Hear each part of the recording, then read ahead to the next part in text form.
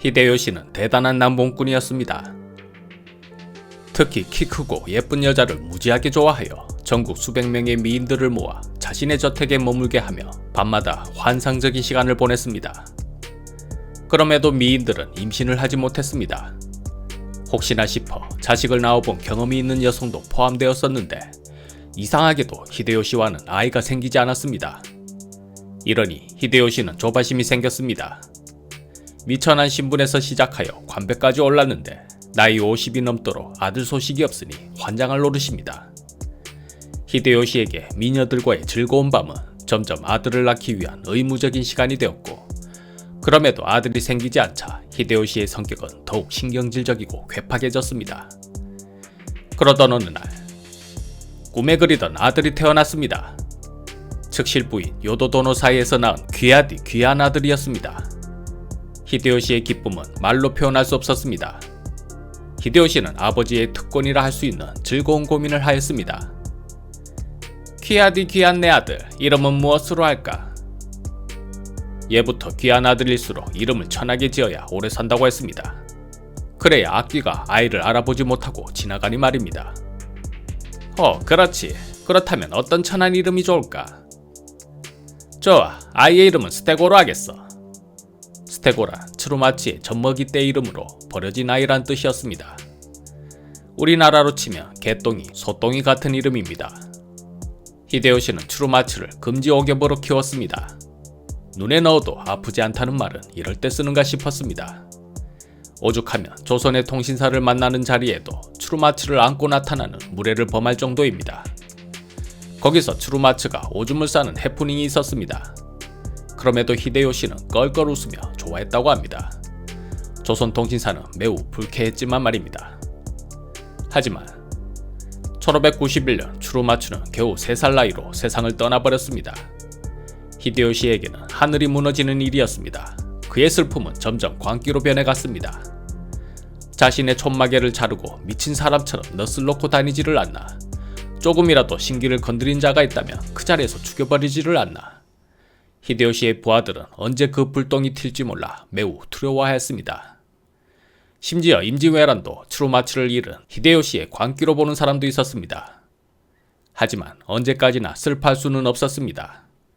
후계자가 사라졌으니 뭔가 대책을 세워야 했습니다. 그 대책이란 또 아들을 갖는 것인데 크게 열심히 한다고 해서 될 일도 아니었습니다. 할 수 없이 히데요시는 내 조카 히데츠구를 양자로 삼고 관백자리를 물려주겠다. 히데츠구는 젊고 유망한 인재로 군사적 능력과 정치적 자질을 모두 갖추고 있었습니다. 인품도 매우 훌륭하여 덴노와 여러 다이묘들 그리고 백성들 사이에서도 칭찬이 자자한 사람이었습니다. 선교사들도 히데츠구를 평하기를 모든 사람들에게 사랑받는 금욕적이고 야심 없는 젊은 무사라 평했습니다. 히데츠구도 열심히 했습니다. 임진왜란 중에는 히데요시를 대신하여 내정을 거의 완벽하게 돌보았습니다. 인사는 공정했고 백성들에게는 관대했습니다. 한번 맡은 일은 추진력 있게 밀어붙여 결국에는 해내고야 말았습니다. 일본 사람이라면 꼬마부터 어른까지 그런 히데츠구를 칭찬하지 않는 사람이 없었습니다. 그는 누구나 인정하는 가장 이상적인 후계자였습니다. 하지만 1593년 요도도노가 히데요시의 아들 히데요리를 낳았습니다. 사실상 그동안 임신은 포기하고 살았었는데 덜컥 아들이 생긴 것입니다. 히데요시의 기쁨은 말할 것도 없었습니다. 사람들은 수군댔습니다. 했어. 뭐랬다는 말인가? 요도도노가 바람을 피우고 딴 남자랑 했다는 것이지. 저 아이는 분명 히데요시의 아들이 아닐 것이야. 무슨 근거로 그렇게 말하는가? 생각해보게. 그 많은 미녀들 중 유독 요도도노에게만 2명의 아이가 생겼네. 남봉꾼 히데요시가 씨가 없는 것이 아니라면 다른 여자들에게도 아이가 생겨야 할 것이 아닌가. 그런데 아무도 임신을 못하는데 요도도노만 임신을 한다는 것은 의심할 일이 아닌가. 그럴 수도 있겠네. 사람들이 어떻게 수군대는지는 히데요시도 알고 있었습니다. 하지만 그는 가볍게 무시했습니다. 아들이 생겼다는 기쁨은 모든 것들을 커버하고도 남을 만큼이었습니다.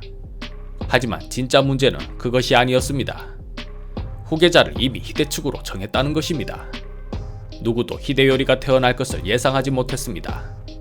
그렇다고 이제 와서 물릴 수도 없고, 히데추구가 사고나 치고 평판도 좋지 않다며 그것을 구실로 쫓아내버릴 수 있겠지만, 그는 인품이 좋기로 소문난 사람입니다. 쫓아내려 해도 쫓아낼 명분이 없었습니다.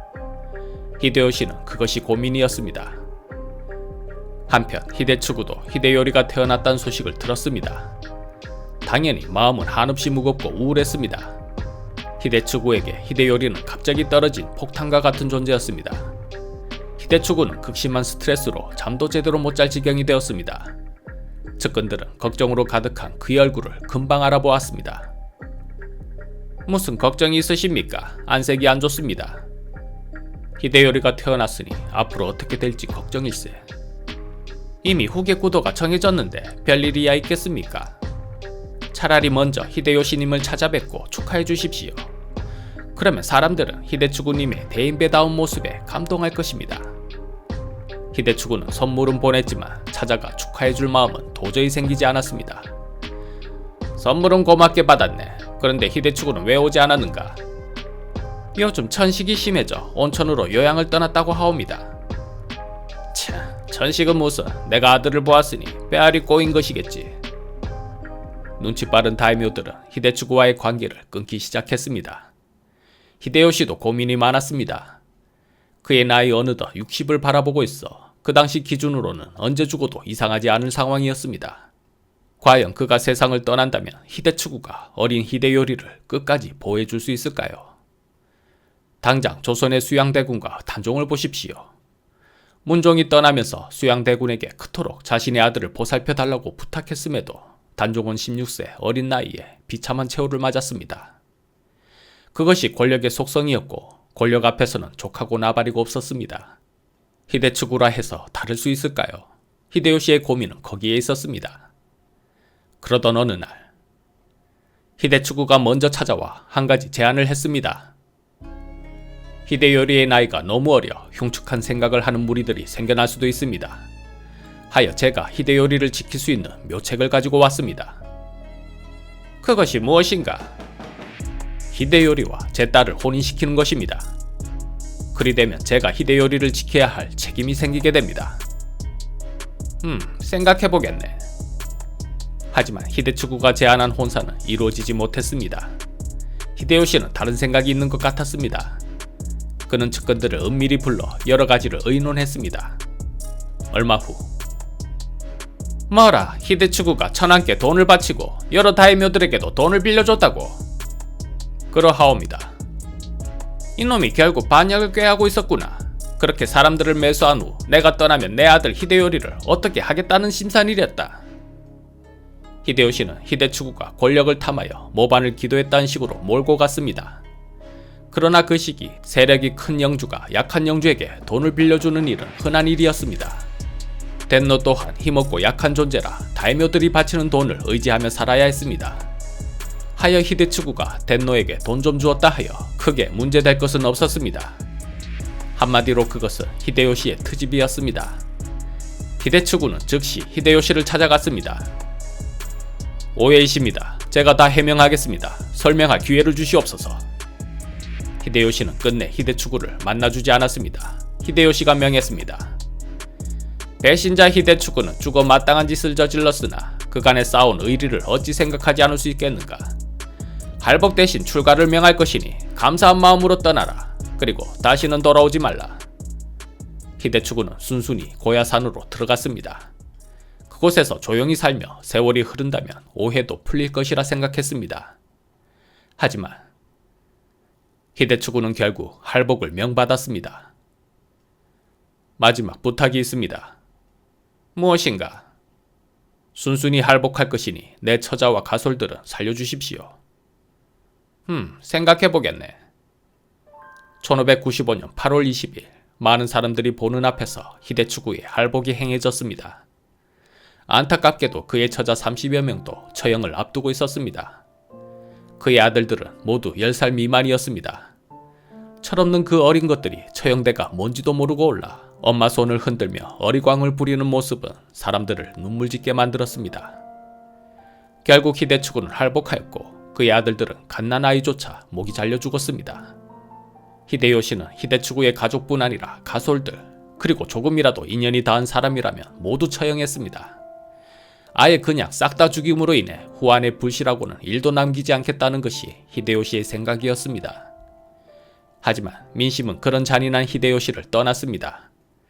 히데츠구가 할복으로 죽었기 때문에 그 가족과 주위 사람들까지 처형한 것은 너무 지나쳤다는 것이 공통된 생각이었습니다. 딱 그 타이밍에 조용히 짱박혀 지내던 2인자 도쿠가와 이에야스가 드디어 나서기 시작했습니다. 거 너무 심한 것이 아니오. 사람이 어찌 그리 잔인할 수가 있단 말이오. 더 이상 죄 없는 사람이 죽어서는 안 될 것이며, 그럼에도 또 다른 희생자가 발생한다면 나 이에야스는 결코 자시하지 않을 것이오.